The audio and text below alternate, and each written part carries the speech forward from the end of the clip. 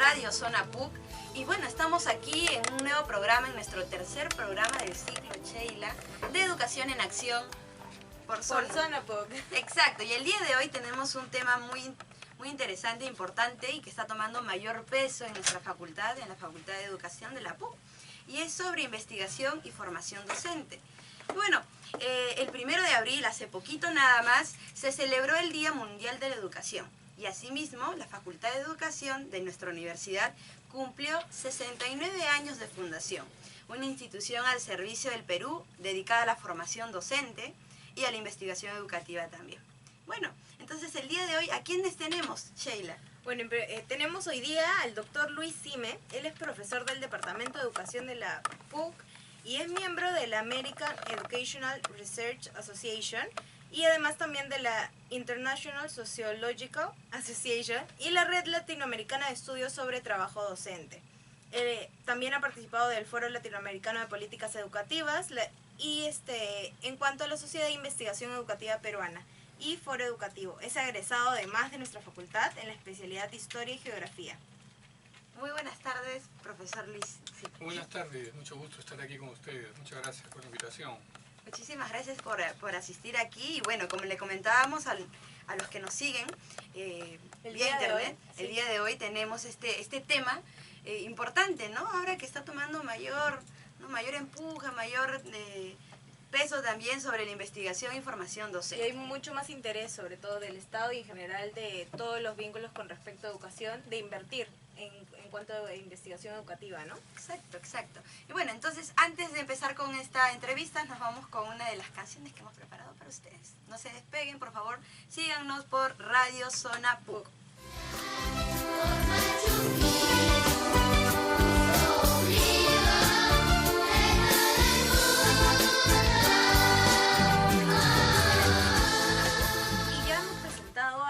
Invitado de hoy, que es egresado de la Católica, el doctor Luis Sime. Y hoy día, repetimos el tema para quienes de repente recién se están enganchando con la radio, es la investigación educativa. Así es, Sheila. Y bueno, profesor, queríamos empezar ya esta entrevista comentándole un poco que, bueno, según cifras que nos brinda el Ministerio de Educación, el presupuesto actual del sector supera los 23.000 millones de soles y esto equivale al 3.5% del PBI, ¿no? Representado el 17% del presupuesto de la República, que bueno, a nivel de la región todavía sigue siendo uno de los PBIs que todavía están, ¿no? Bajos, ¿no? Exacto. En comparación tal vez del 4.6% del PBI que ofrece o que destina Chile al sector educativo. Y que incluso Bolivia lo tiene mucho más alto, ¿cierto? Bueno, eso según las fuentes que manejamos. Exacto. Y definitivamente esto sigue siendo un reto para el sector educación porque inevitablemente no podemos dejar de hablar de educación con inversión. Y si hablamos de investigación, pues tendríamos que materializarlo en cuánto inversión hay para este rubro, para este campo, ¿no? Entonces quisiéramos saber su opinión respecto a esto, hasta la inversión en la investigación, en la educación en el Perú. Muy bien, antes que nada felicitar la introducción de este tema en la programación de ustedes, especialmente para nosotros en el área de educación. El tema de investigación es un tema sumamente relevante, razón por la cual nosotros también tenemos un doctorado en ciencia de la educación, el cual coordino actualmente, y que está justamente destinado a formar investigadores de alto nivel, ¿no? Y eso es uno de los aspectos importantes como respuesta a tu pregunta, ¿no? Y es que la investigación es un componente sustancial para mejorar la calidad educativa. Lamentablemente esto no se entiende bien a veces. Lamentablemente hay un sesgo más hacia otros componentes que son también componentes relevantes para mejorar la calidad, pero el componente de investigación suele ser uno de los más relegados. Así es. Y lamentablemente como Estado hemos todavía hecho poco para que este componente crezca en cantidad y en calidad, ¿no?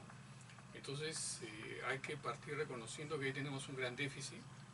Lamentablemente hemos ido decayendo en lo que es la institucionalidad que el Estado requiere para investigar en educación.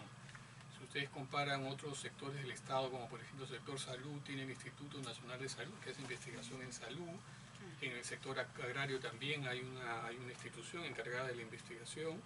Lamentablemente en el sector de educación hemos tenido un nivel de institucionalidad en los años 70 hasta principios de los 80, un instituto dedicado a la investigación educativa.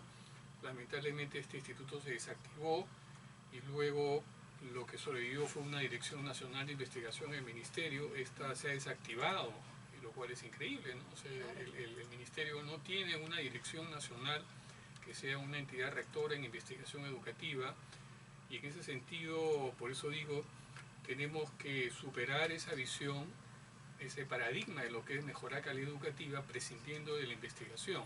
Así es. En otros países la inversión que se hace es muy fuerte y de manera muy alentadora, ¿no?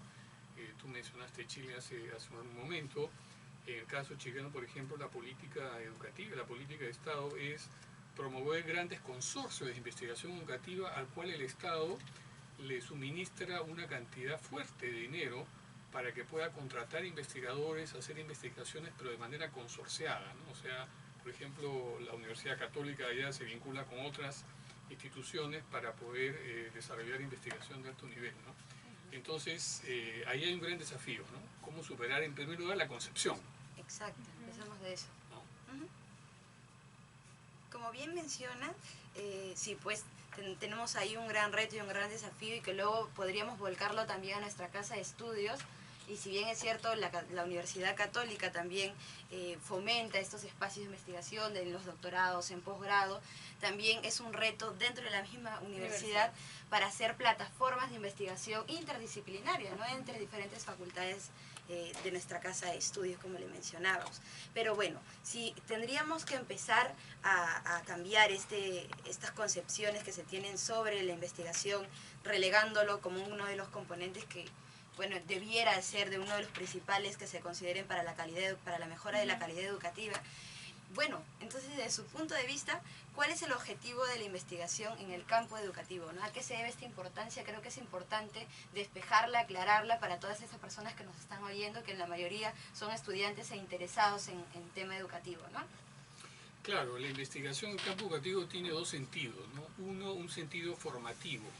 En el campo educativo es bien importante que los que van a ser profesores, educadores, desarrollen esa dimensión durante su formación inicial y formación continua. Ese es el primer sentido de la investigación en el campo educativo. Despertar, ayudar a crecer en aquellas habilidades y competencias de reflexión de la práctica, competencias de análisis y pensamiento crítico, de contextos y de teorías vinculadas al campo pedagógico. En ese sentido hay una significación formativa, pero también hay otra significación de la investigación en el campo educativo, y es contribuir a darle racionalidad a las políticas educativas. Y en ese sentido, la investigación contribuye a través de procesos sistemáticos que permitan mostrar evidencias, ¿no? Sabemos que la ciencia en general se construye a partir de la manera como muestra evidencias y cómo con esas evidencias se pueden hacer discusiones, se pueden generar controversias para que alimenten las mejores decisiones que se deban tomar, ¿no? Lo peor que puede pasar es tomar decisiones sin conocer algún tipo de evidencia que se haya recogido de alguna manera en el Perú o fuera del Perú, ¿no? Entonces ahí también tenemos un gran desafío, ¿no? A veces tomamos decisiones con más evidencias de otros contextos, lo cual es un referente, pero también deberíamos tener evidencias procesadas o construidas desde el contexto peruano, ¿no?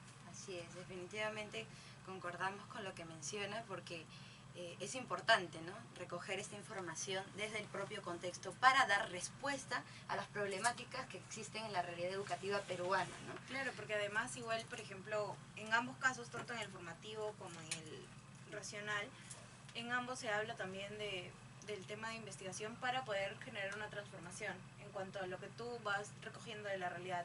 Y eso sobre todo importante en el ámbito político, porque muchas veces se crean políticas sin conocer la realidad, ¿no?, que pueden solucionar un problema superficialmente, pero quizás no se abarca de manera desde la raíz del problema, ¿no? O realmente se ve desde la teoría, pero no desde la práctica, ¿no? Así es. Bueno, también comentar brevemente que este 5 y 6 de abril comentábamos con el profesor también que él ha estado presente en la segunda conferencia regional sobre innovación y calidad en educación. En este se están presentando trabajos de investigación orientados a analizar los avances y a generar propuestas para mejorar la cobertura y calidad de la educación en América Latina. Hay muchos estudios destinados a Perú y bueno, y donde han estado presentando todo el análisis sobre la realidad educativa para mejorar justamente eso en estándares de calidad, ¿no? Porque hablamos ahora, en el primer programa tuvimos la oportunidad de conversar con la doctora Elena Valdivieso y decíamos que estamos a muy poco de lograr universalizar la educación en nuestro país, pero que ahora el reto y desafío más fuerte lo vemos en términos de calidad. Y ahora el doctor Luis Sime nos comenta pues que no podemos dejar de lado este componente de la investigación que tiene mucha importancia y que de mucha relevancia, ¿no?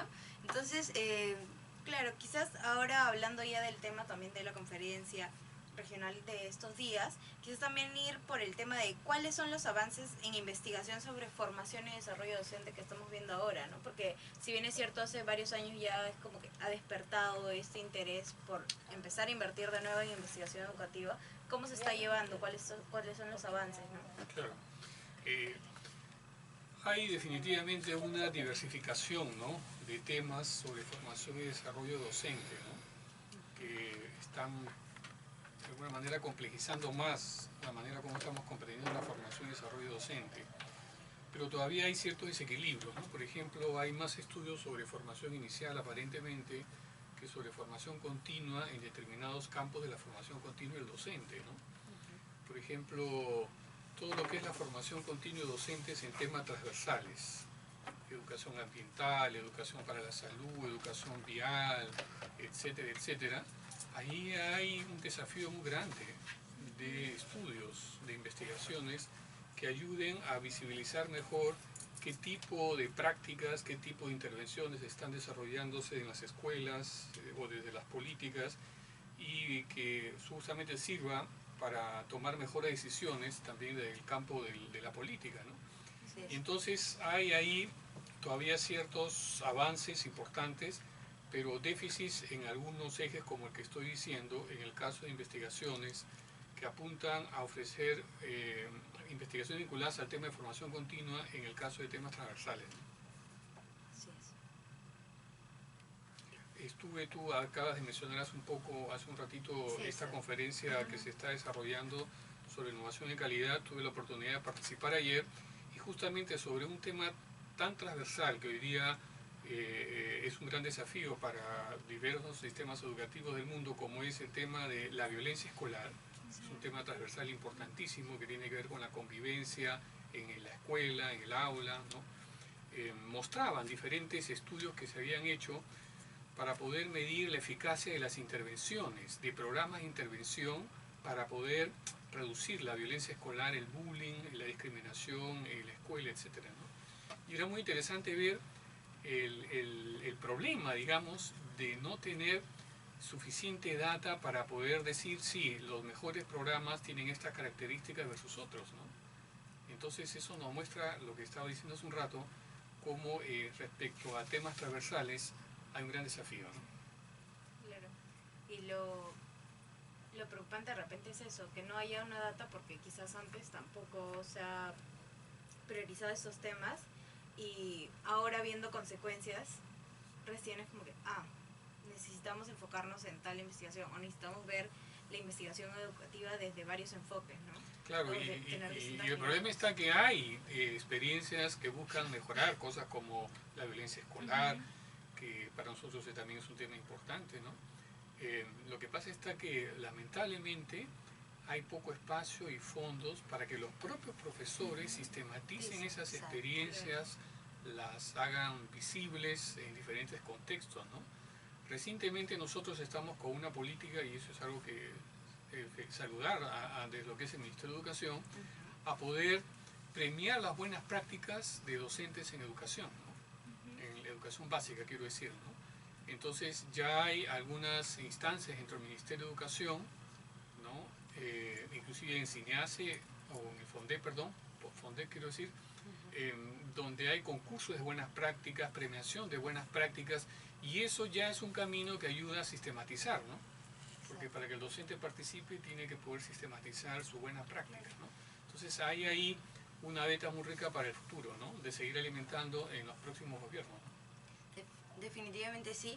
Yo mientras estaba comentando usted, yo pensaba justamente en estos fondos, en esta inversión que se le brinda en cuanto a capacitación docente y tal vez no en cuanto a investigación educativa, ¿no? Y es porque creo que hay una mirada también de poder dar solución directamente con la capacitación del docente a lo que luego nosotros llamamos desempeño docente en las aulas, ¿no? Entonces no hay tanto una apuesta por la investigación y viene siendo un desafío constante en este tiempo. Y bueno, sí, yo quería plantearle luego esto porque va vinculado y es sobre la formación docente, ¿no? ¿Qué medidas deberían tomarse a nivel curricular para fomentar la investigación como parte de la formación docente si estas capacitaciones, bueno, son para la enseñanza de la matemática, para la enseñanza de la comunicación, de áreas importantes como aprendizajes fundamentales que nosotros lo tenemos en el sistema educativo, en educación básica regular, pero que no tanto está orientado a la investigación educativa, ¿no? O a la investigación que va a realizar el docente.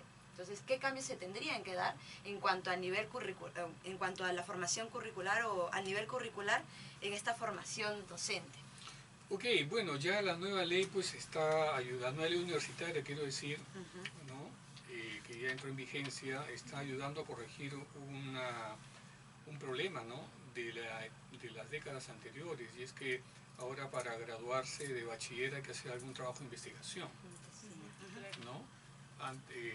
Ustedes saben que venimos de décadas en la cual el bachillerato era automático, ¿no? Cosa que no era antes cuando yo tenía la edad de ustedes, tenía que hacer una investigación, ¿no? Una tesis, ¿no? O algo parecido. Y entonces eso debe entrar en vigencia, y eso implica que las facultades de educación y en general todas las facultades tienen que ver cómo incorporan este componente, esta fase en la cual hay que hacer algún trabajo de investigación, por supuesto propio para el nivel de bachillerato, ¿no? Que será distinto para otros niveles, ¿no? Pero eso ya va a exigir el repensar nuevamente la dimensión de investigación en los currículos de educación superior, porque se va a tener que ver bien qué tipo de trabajo de investigación se le va a pedir en este caso a los que van a egresar de lo que es la formación inicial, ¿no? Ese es un punto a favor para poder fortalecer la dimensión investigadora al interior de los currículos de formación inicial. Pero hay otros aspectos que lo desarrollamos inclusive en la Facultad de Educación, aquí en la PUC y en otras, ¿no? Que es cómo hacer transversal la dimensión reflexiva del alumno, del futuro educador, a lo largo de toda su formación, vinculando la práctica con la teoría, ¿no?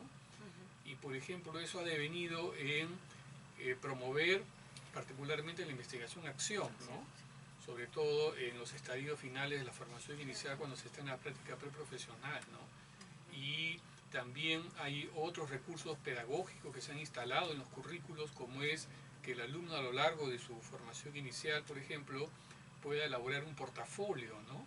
Un portafolio donde él va haciendo un proceso autorreflexivo de su experiencia a lo largo de los 4 o 5 años de estudio, ¿no? Portafolio que tiene que compartirlo, portafolio donde tiene que incorporar evidencias, pero evidencias que son también reflexionadas, entonces también es otro recurso, ¿no? Entonces, solamente para resumir estos tres aspectos, ¿no? La necesidad de una investigación al final de la formación inicial, este componente de la investigación-acción y esto del portafolio son algunos de los elementos que pueden ayudar a fortalecer la investigación en los currículos, ¿no? Claro. Yo hace un momento me quedé con una duda acerca del tema de la sistematización de estas investigaciones, porque una de las preguntas era acerca de si se están obteniendo resultados, pero claro, si hay un déficit en cuanto a la sistematización, de repente realmente no se pueden ver los resultados. Entonces, ¿cómo se está trabajando esto? Sí, ahora, por ejemplo, en el tema de la investigación, ahora que de repente se está promoviendo más, claro, ¿se están visualizando resultados o no? Quizás no. ¿A qué están aportando estas investigaciones, ¿no? Que ahora se están promoviendo? Claro. Incluso yo me atrevería a agregar a lo que menciona Sheila, que, bueno, desde esta mirada de lo que hemos estado comentando, necesariamente son los profesores los que hacen investigación en temas educativos, bueno, yo he estado como leyendo varias investigaciones por ejemplo, el Instituto de Estudios Peruanos, y son no necesariamente educadores de primera carrera, o sociólogos, o economistas, ¿no? O antropólogos, educativos, y suele ser siempre gente externa al ámbito bueno, educativo. que no son necesariamente educadores de primera carrera, ¿no? Entonces ahí creo que también, uniendo un poco la pregunta de Sheila, y lo vamos a dejar para después del corte, es justamente cómo podemos, qué cambios se deberían de dar en este planteamiento curricular para que el profesor pueda hacer investigación educativa. Necesariamente puede hacerlo, no debería simplemente centrarse en enseñanza del área curricular que le toca. Entonces, a ver, nos vamos preguntando más, cuestionando más, y regresamos en Educación en Acción por Zona PUC.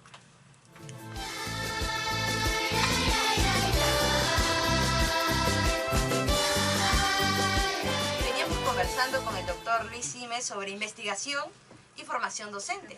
Y bueno, nos estaban comentando también sobre la importancia de la investigación para lograr calidad en la educación, y queríamos que nos pudiera hacer por favor esa diferencia entre el investigador, ¿no? Y el docente investigador. Muy bien, sí, era a partir de tu inquietud, ¿no?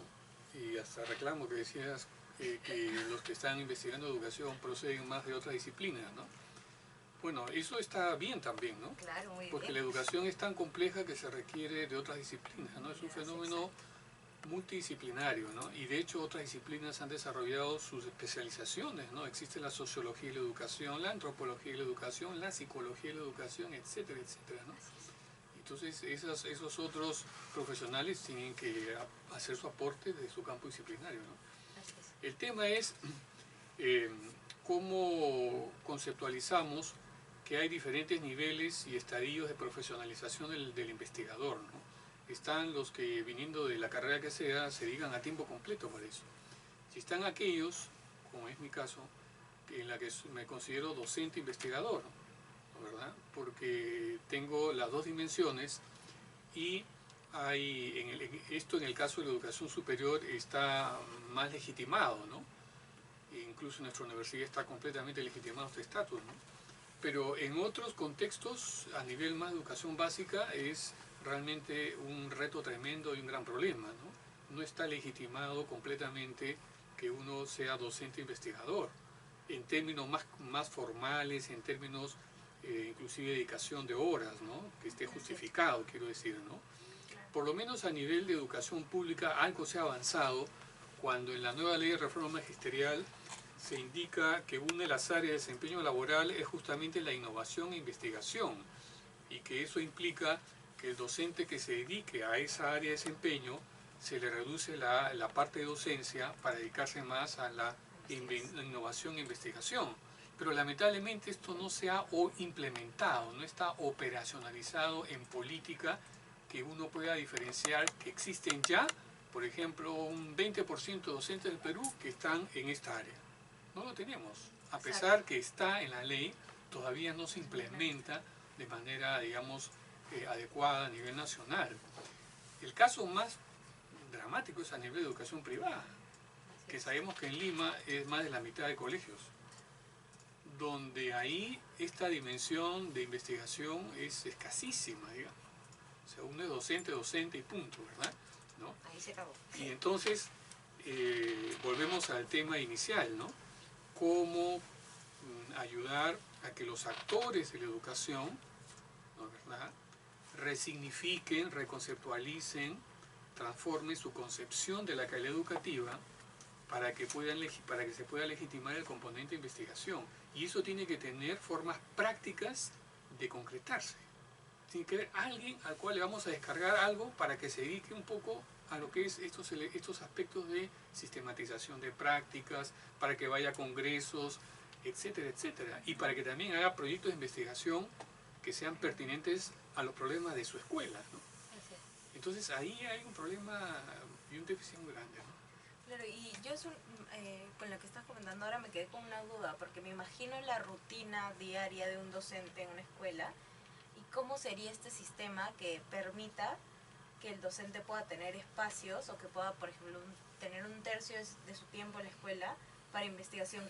¿Cómo se abarcaría ese sistema? Porque de repente incluso por no tener clara una idea de esto es que no se implementa en las escuelas públicas, porque, no sé, hablo desde mi experiencia como maestra en aula. A veces el día tú lo tienes recargado, entonces, y depende de la investigación que hagas también, obviamente necesitas un tiempo prolongado también para hacer un análisis, o de repente durante un día vaciar información o ver qué es lo que vas encontrando, ¿no? Entonces, ¿cómo sería esta sistematización dentro de la escuela, por ejemplo, pública, ¿no? Bueno, hay varias posibilidades de esto de implementarlo, ¿no? Pero definitivamente aquí entramos a un tema de gestión, como tú lo has planteado, ¿verdad? Y tal vez nos falta audacia y creatividad para poder desarrollar tipos de gestión que justamente permitan estas combinaciones, ¿verdad? Estas posibilidades, ¿no? Y va a depender también del tipo de escuela, de la cantidad de profesores que haya. Una cosa es plantear esto en una escuela multigrado, por ejemplo, y otra cosa es en una escuela polidocente, digamos, más normalizada, etcétera, ¿no? Una cosa es hablar esto, qué sé yo, en sectores escolares donde el nivel, digamos, de pobreza y de limitaciones es muy alto versus otros que tienen otras condiciones. O sea, hay elementos para contextualizar, ¿no? Para no crear una percepción estandarizada de que se tiene que aplicar exactamente igual en todo lado, ¿verdad? Entonces, hay que generar las condiciones, pero eso parte por la concepción. Si cambiamos la concepción, ¿verdad? Y lo creemos valioso, lo creemos que es un aporte, lo que queda es el campo de la gestión, ¿verdad? Y el campo de la gestión es un campo complejo, problemático, pero hay que hacer la experiencia. Yo te digo lo siguiente. Hace un momento te dije que había concursos de buenas prácticas docentes promovidas tanto por el Ministerio de Educación, por una unidad de desarrollo docente, luego te dije que había también lo mismo de FONDEP. ¿Cómo crees tú que han hecho esos docentes para sistematizar y poder postular esas buenas prácticas? Que no son 50, son decenas, ¿eh? Son concursos que ya se van dando anualmente, ¿verdad? ¿No? Entonces, lo más probable en algunos casos, bueno, nos falta investigar eso. Nos falta investigar. ¿Cómo ellos han podido investigar? Pero sondeando un poco esto, hay dos, digamos, tendencias al respecto, ¿no? Hay quienes los hacen sacando tiempo de donde no tienen tiempo, o sea, es tiempo extraescolar. Claro. Son docentes inquietos por postular a este concurso de buenas prácticas y sacan su tiempo fuera del tiempo de la escuela y sistematizan. Por una motivación propia. Otros no. Otros ha sido una convergencia de intereses entre ellos y la dirección de la escuela y han podido tener un tiempo y algún tipo de estímulo para eso, ¿verdad? Claro. Pero ¿qué pasa? Eso se acaba en el momento que ellos envían, postulan y se acabó. Claro, y Pero, no es la idea. Claro, pero ¿qué pasa si eso se convierte en una práctica constante al interior de la escuela, creando algún tipo de unidad al interior de la escuela, así como hay departamentos psicopedagógicos o algo por el estilo, ¿verdad? También podría haber, y eso lo he visto por lo menos en dos escuelas privadas de acá de Lima, privadas, las únicas que he encontrado que hayan institucionalizado esto, ¿la verdad? Dos departamentos vinculados a la innovación e investigación, ¿no? Y en donde así como tú contratas un psicólogo y se dedica a tiempo completo para abordar todo el tema del psicológico, de atención psicológica, también tú contratas, ¿verdad? O restringes la parte de docencia a algún docente para que se dedique a esto, ¿verdad? Y esa unidad va a tener que tener, como los departamentos psicopedagógicos, su plan de trabajo, que son aprobados por la dirección, ¿verdad? Y si tú vas a investigar, no vas a investigar cosas que a ti te interesan únicamente, tienen que ser problemas, necesidades que la institución visibiliza y que tú tienes que ayudar a que la institución tenga un nivel de estudio al respecto, ¿no? Entonces tú tienes que dar cuenta de lo que has logrado, etcétera, etcétera, ¿no? Quizás primero tener un diagnóstico previo para ver qué es lo Por que supuesto, se requiere. por supuesto, ¿no? Y así como justificamos que haya, por ejemplo, justificamos que haya un orientador, un tutor. ¿Por qué no alguien dedicado a la innovación o a la investigación dentro de la escuela? Entonces, yo creo que sí, las posibilidades y las condiciones las tendríamos. El asunto es que nuestra concepción todavía y la falta todavía de no lanzarse a crear en esto, yo creo que nos limitan, ¿no? eso nos limita y creo que también de alguna manera... generar posibilidades. Exacto, y teniendo en el aula, en el colegio, pues el espacio para poder sistematizar las experiencias e ir generando conocimiento, incluso en ese proceso de análisis y reflexión constante que tiene que hacer el maestro para la mejora de su propio desempeño docente y para la mejora de los aprendizajes de sus estudiantes. Creo que es un campo que todavía falta explotar, que todavía falta empoderar a ese docente investigador, darle las herramientas, darle la seguridad y confianza también de que puede desempeñarse de esa manera, ¿no? Creo que también ahí va muy de la mano con la formación que recibimos, ya poniéndome también como estudiante de educación. La Facultad de Educación nos prepara, tenemos un campo laboral muy amplio, en general. Ya la formación docente que vamos recibiendo, 4 o 5 años de formación. Tenemos una línea de investigación. Tenemos una línea de investigación que se ha implementado en el 2013, con cursos de investigación por ciclos. Todavía hay muchos retos y desafíos, pero que tienen la... nos están dando los alcances, ¿no? Y las herramientas para poder investigar como docentes e investigadores. Pero entonces podríamos desempeñarnos nosotros en un futuro como docentes e investigadores y luego, bueno, tal vez como investigadoras especializadas, ¿no? Pero sí, ¿cuántas universidades pues tienen esto, ¿no? ¿Cuántas de las privadas, entre comillas, las tienen también, o de las públicas, ¿no? Y claro, no se está formando al docente únicamente para el aula y desaprovechando toda esta riqueza que podría tener un docente investigando en su aula para dar soluciones a los problemas que encuentra en su aula. Claro, porque hablamos además de nosotros, en nuestro caso como universidad, pero ¿qué está pasando de repente en otras facultades de otras universidades? ¿Estarán yendo por el mismo camino? ¿De repente están incentivando más a la investigación o quizás todavía es como un terreno desconocido que de repente todavía no quieren implementarlo en el currículum? ¿Cómo está yendo también? Porque hablamos de nuestra perspectiva como universidad, claro, y que estamos dando pasos y mejorando en esto, involucrándonos más en la investigación, pero ¿qué está pasando en otras universidades? Porque los egresados de la PUC no solamente somos los únicos docentes que vamos a salir, ¿no? Claro, pero yo veo con optimismo porque estamos en un tránsito de saber valorar la calidad que somos capaces de producir al interior de las instituciones, ¿no? Y en ese sentido las acreditaciones van por ese camino, ¿no? Nosotros tenemos ya 2 acreditaciones como Facultad de Educación, ¿no? La acreditación nacional y la renovación por segunda vez de una acreditación internacional, pero en otras facultades están en el tránsito a la acreditación nacional, ¿no? Y eso por eso digo, miro con cierto optimismo, porque las acreditaciones exigen la necesidad de mirarse autocríticamente para fortalecer los procesos de la mejor manera, ¿no? Y uno de los procesos tiene que ver cómo formamos futuros educadores cuya dimensión reflexiva, cuya dimensión crítica, cuya dimensión investigativa está siendo desarrollada a lo largo del currículo, ¿no? Y en ese sentido veo con buena perspectiva en la medida que en el próximo gobierno vamos a hablar ahora de eso. Se siga consolidando esta política estratégica de acreditar las facultades de educación y acreditar progresivamente los programas de posgrado en educación, que en el Perú se han multiplicado de una manera tremenda, con calidades también bien heterogéneas, ¿no? Y eso también requiere su componente de calidad, ¿no? Y bueno, vamos a irnos un corte, pero antes del corte vamos a dejarnos con una pregunta a todos y también al doctor Luis Sime.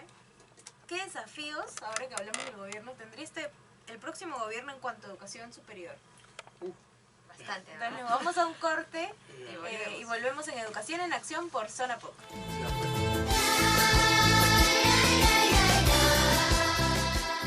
Educación en Acción por Zona PUC y nos quedamos con una pregunta un poco amplia que el doctor Luis Sime nos estaba comentando que de repente nos íbamos a demorar muchísimas horas en comentarla, pero era más o menos el tema de qué desafíos tendría este próximo gobierno, ¿no? En cuanto a la educación superior.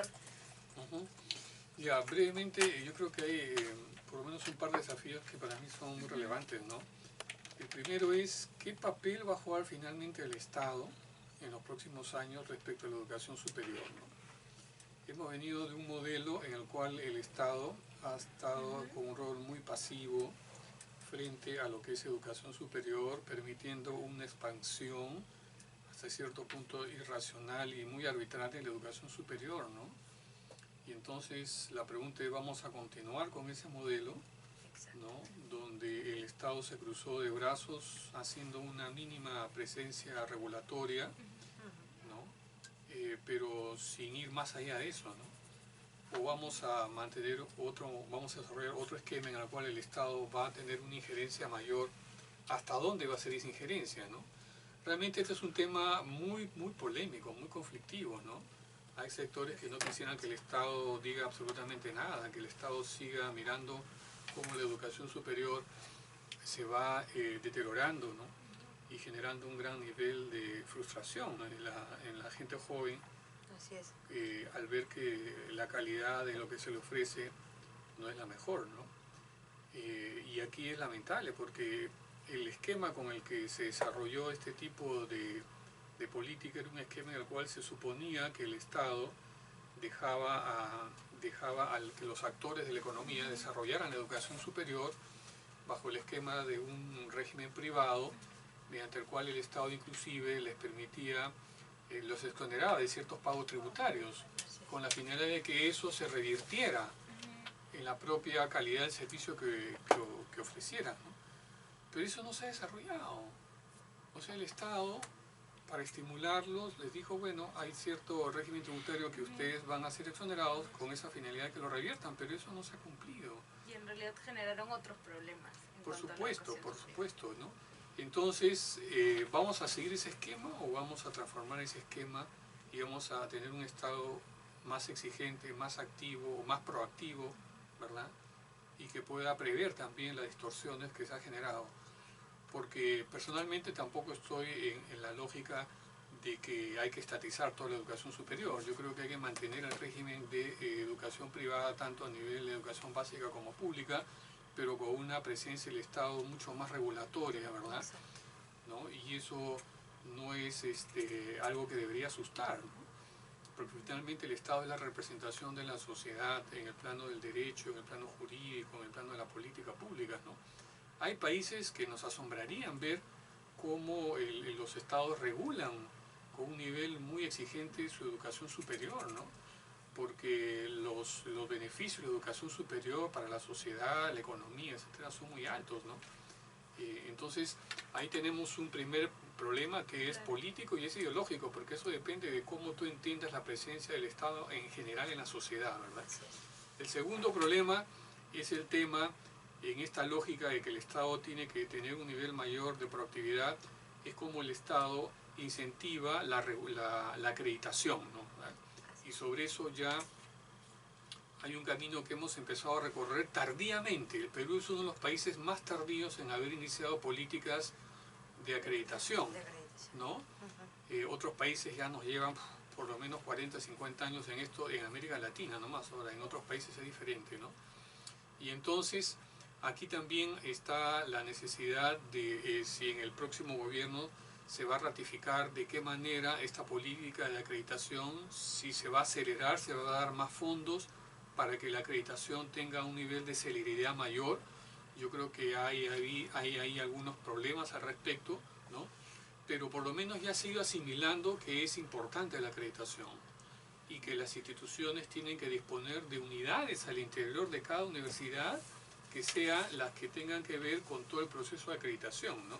Es un aspecto también muy importante y que se tiene que seguir desarrollando. Pero creo que hay un tercer elemento que desarrolla la educación superior y sobre el cual nos falta todavía problematizar más, ¿no? Y habrá que ver en la próxima política gubernamental cómo se va a desarrollar esto.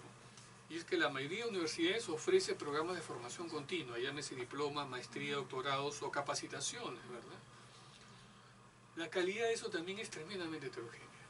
Así es. Absolutamente heterogénea, ¿verdad? Y nuestra manera de entender la acreditación ha ido sobre todo pensada para formación inicial, para carreras. Pregrado. ¿Verdad? Pero no así para formación continua. ¿Verdad? Porque no siempre muchos títulos incluso te valen, usados en otros lados. Si te vas, por ejemplo, al extranjero, hay diplomados que no te sirven en otros países porque no tienen una acreditación. Claro. Y entonces ahí en el tema del acreditar la formación continua que ofrece la educación superior me parece también importantísimo, muy importante, ¿no? Para empezar con lo que son las maestrías y doctorados, porque en este esquema de proliferación de posgrados que comenté hace un rato, las calidades también son absolutamente heterogéneas y ahí la acreditación es importante, pero también hay otros programas de formación continua, los diplomas, por ejemplo. Hay mucha más gente estudiando diplomas que maestría y doctorado, porque son más cortos, son más económicos, ¿verdad? ¿Y cuál es la calidad de eso? ¿Eso se acredita? ¿Debe acreditarse? ¿No debe acreditarse? ¿Verdad?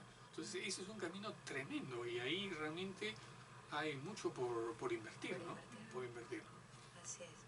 Definitivamente nos ha dejado pensando sobre estos desafíos, ¿no? Porque con ganas de saber mucho más. Exacto, con ganas también de problematizar quién nos asegura que nuestro doctorado sea de calidad, que nuestra maestría o diplomado sea de calidad. Y bueno, si tenemos un terreno bastante heterogéneo y quisiéramos, bueno, antes de terminar, hacer un ping-pong con usted, decirle algunas palabras y usted nos va diciendo una palabra, una frase, lo que va significando para cerrar el bloque y ya pasar a despedirnos, profesor. Muy bien, ¿Me parece? Juguemos al ping-pong. Educación. Esperanza. Investigación. Futuro. Docente investigador. Actor central de la educación. Escuela. Motor del desarrollo. Facultad de Educación de la PUC. Facultad, no. Calidad. Y PUC. Calidad. Perú. Promesa. Muchísimas gracias por estar aquí con nosotros. De verdad, bueno, nosotras le agradecemos su asistencia. Vamos a llamarlo seguramente para otro programa que tengamos y que pueda también darnos un poco de su tiempo. Y bueno, agradecerle realmente por la entrevista. Muy bien, muchas gracias a ustedes, ¿no?